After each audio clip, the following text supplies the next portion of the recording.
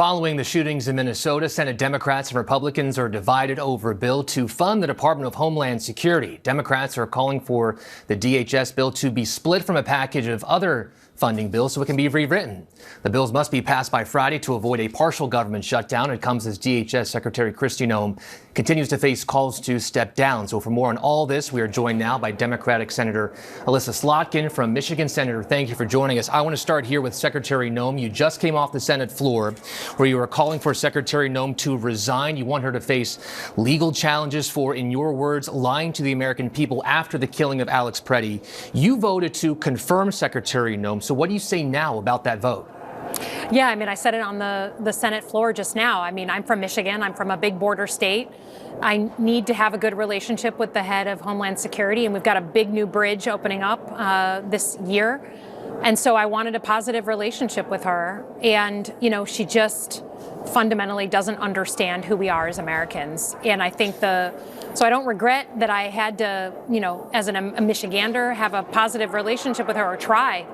But at this point, she just doesn't understand our history, our values, her job as a cabinet secretary, and the fact that she would call someone like Alex Preddy a domestic terrorist without knowing anything, again, is to me just indicative of just a fundamental inappropriateness for the job. She should either resign, the president should fire her. He's taken a lot of heat for her and Stephen Miller, or she should be impeached if she won't go. So are you saying that your decision to confirm Secretary Noem came down to a bridge?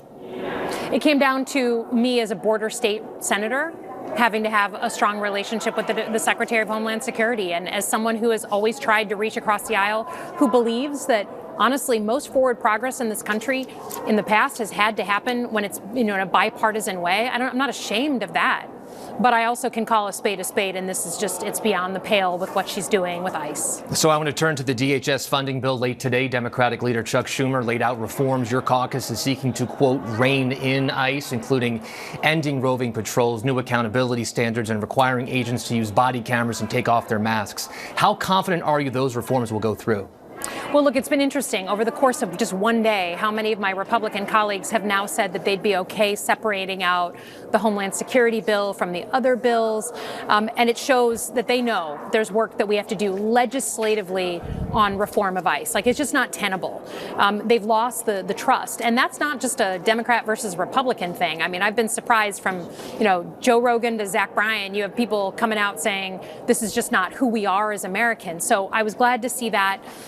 There's a bunch of reforms that need to happen, but they really just come down to have the federal forces live up to the same standards that our local Michigan State Police have to live up to, right? Body cams, wear some insignia, independent investigations when there's some sort of problem. Like, there's a bunch of things that our local police have to do every day that they should have to do if federal forces are going anywhere in this country. And then, as we mentioned, these discussions are happening with a partial government shutdown on the horizon. It would affect the FAA, air traffic controllers, and DHS.